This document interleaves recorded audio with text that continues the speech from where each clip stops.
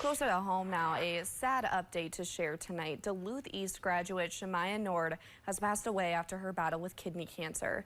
We first introduced you to Shemaya back in January after the Duluth East dance team honored her at their dance show.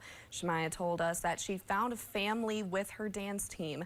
Back in March, Shemaya got her Make-A-Wish, which was a Halloween, graduation, and birthday celebration all combined. The event featured games, food, and a DJ. Friends and family came. Shemaya said she felt loved with all the support shown. Now, Shemaya had been battling the cancer since July of 2023. The Duluth East dance team shared the news online, saying the team is all better because of knowing her. They asked to keep Shemaya's family in your prayers and to donate to the Northern Lights Foundation in her name.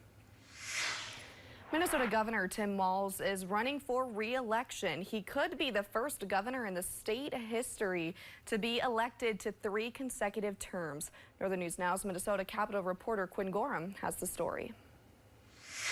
Tim Walz is running for governor again.